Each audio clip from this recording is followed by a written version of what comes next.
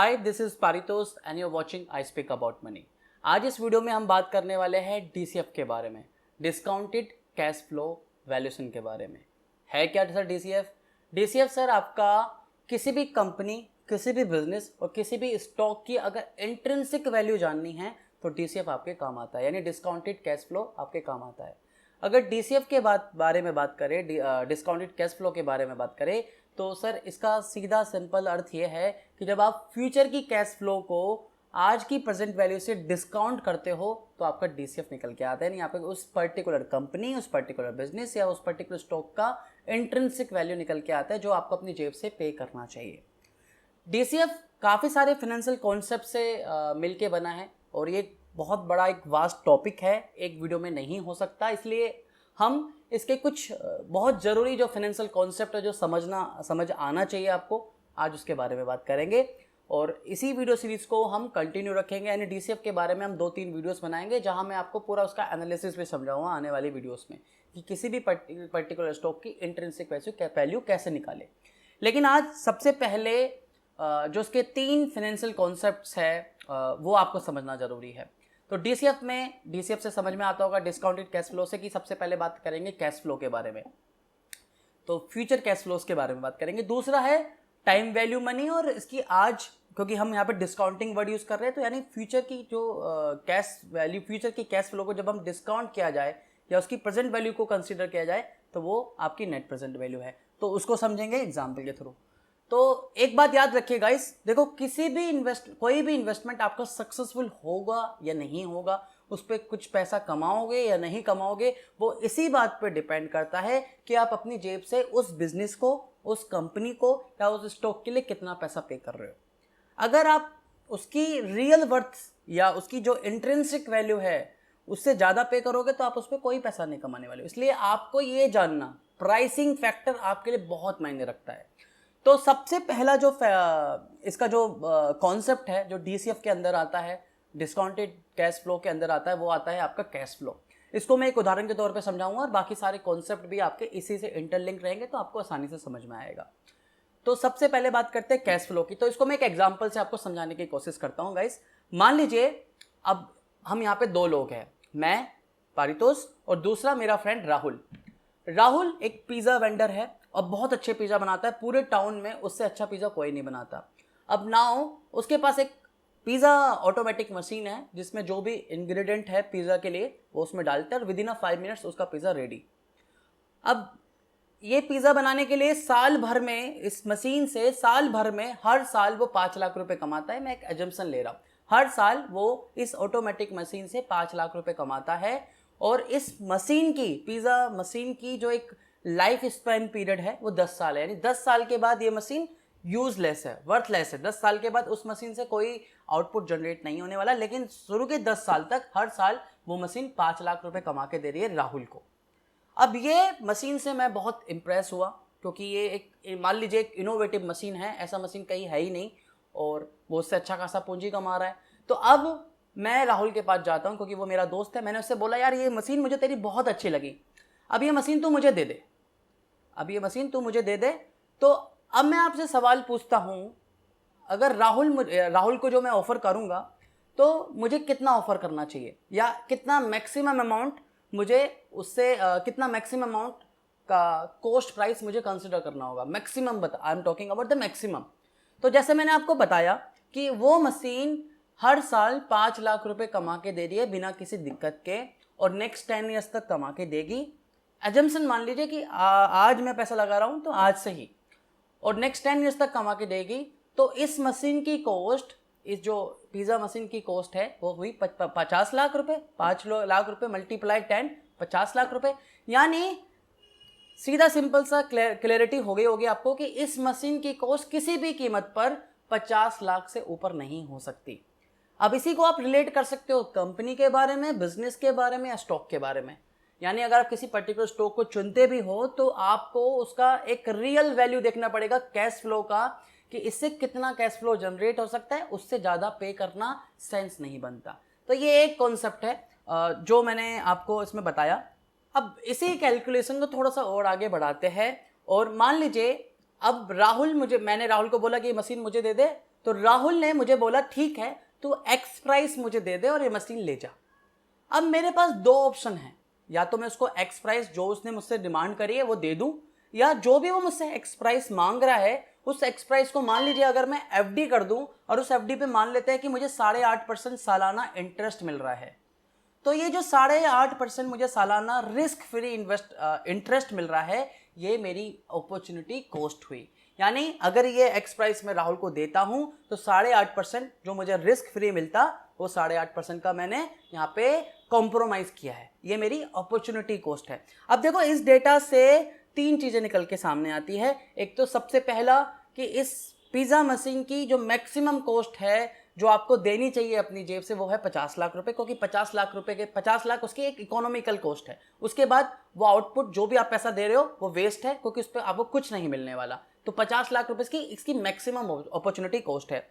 दूसरा सर, हम अब इस कैलकुलेशन में इस एग्जाम्पल में ये जानते हैं कि कैश फ्लो कितना है, तो हमारे सामने जो भी हमारी कॉस्ट है वो इस 50 लाख से कम ही होनी चाहिए, क्योंकि कैश फ्लो हमें मालूम है कि कितना कैश फ्लो साल का मिलने वाला है।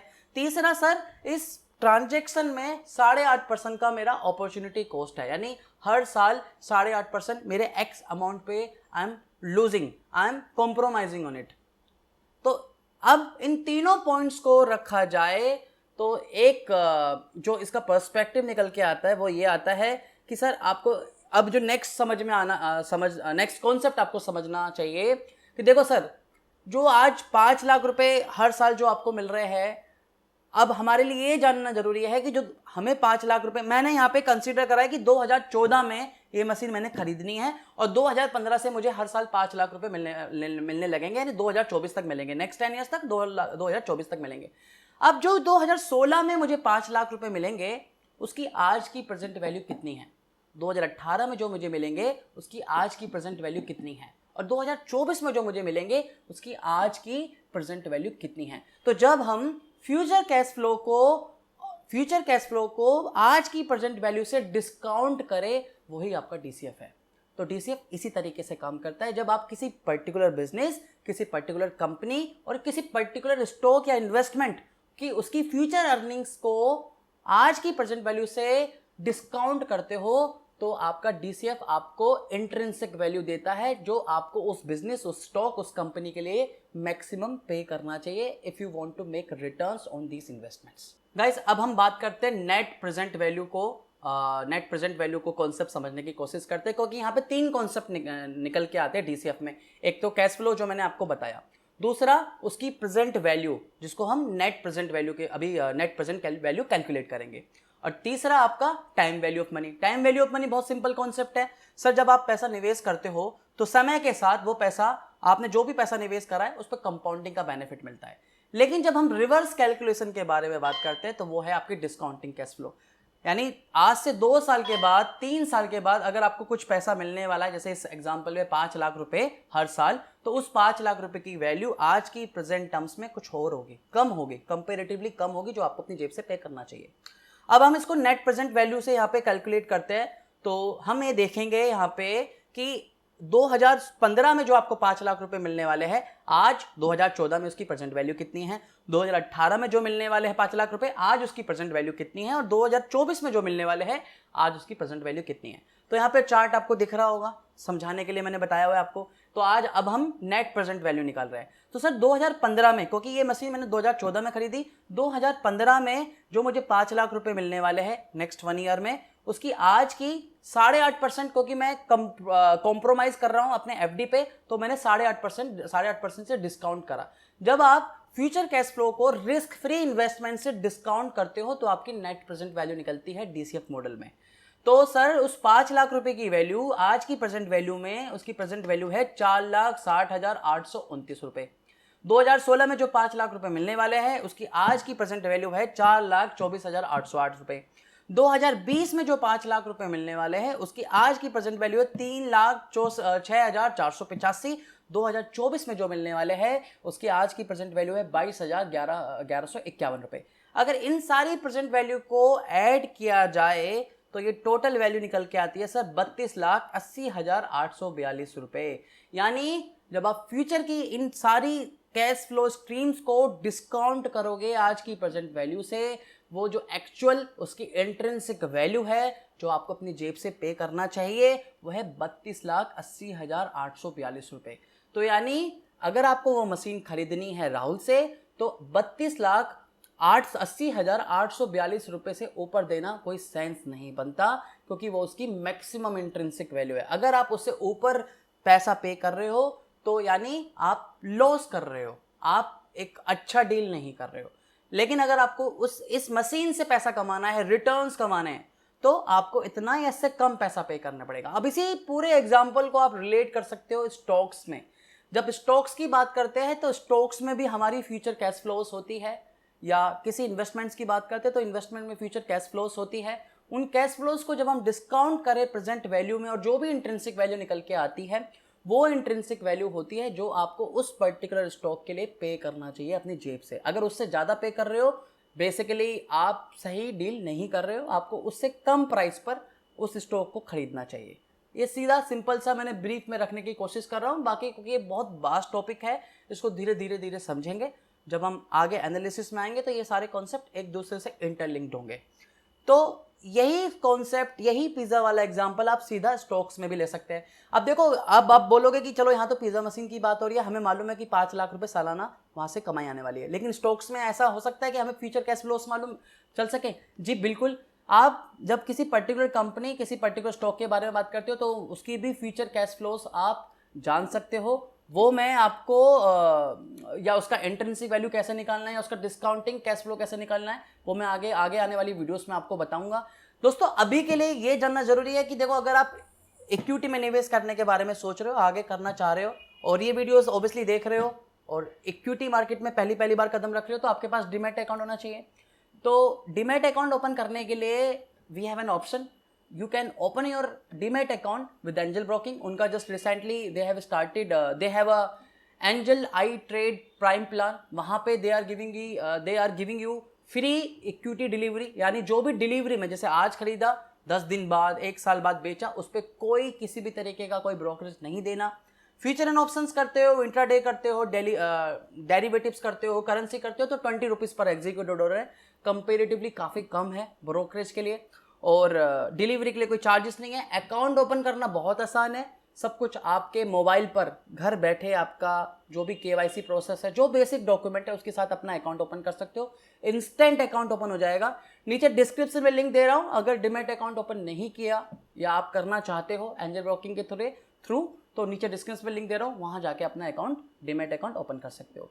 तो फिर आज के लिए इतना ही था। ये डिस्काउंटिंग कैश फ्लो का समझना, 3 कॉन्सेप्ट यहाँ पे इस पूरी वीडियो से 3 कॉन्सेप्ट आपको समझना जरूरी है कि सर एक तो फ्यूचर कैश फ्लो को कंसीडर करना है, फ्यूचर कैश फ्लो से ज़्यादा पेमेंट आपको नहीं करनी, चाहे किसी पर्टिकुलर बिजनेस की हो, स्टॉक की बात हो या कंपनी की बात हो।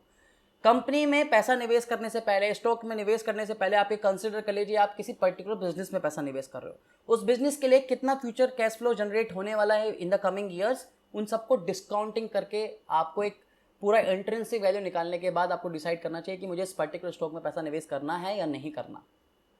दूसरा, sir time value of money बहुत जरूरी और बहुत प्राइम टॉपिक है आपके लिए फाइनेंस वर्ल्ड में। आज जो भी आप पैसा पे कर रहे हो with in a coming years उसका प्राइस सेम नहीं रहने वाला, इट विल चेंज, ये आपको पता होना चाहिए। तो फिर आज के लिए इतना ही था, जस्ट ये एक ब्रीफ और एक इंट्रो वीडियो है। अगर ये वीडियो पसंद आई तो वीडियो को लाइक कर दीजिए, चैनल को सब्सक्राइब कर लीजिए। आने वाली वीडियो मिलेंगे कुछ नए टॉपिक के साथ, आने वाली टाइम मतलब यानी कल दोबारा मिलेंगे, और I think new Q&A videos आप लोगों के लिए लेके आऊँगा। अब तो हम क्योंकि डेली वीडियोस बनाएंगे, तो अगर ये वीडियो पसंद आई है तो वीडियो लाइक कर दीजिए, चैनल सब्सक्राइब कर लीजिए। आने वाली वीडियो मिलेगी नए कॉन्सेप्ट के साथ में, तब तक के लिए धन्यवाद। वंदे मातरम, जय हिंद।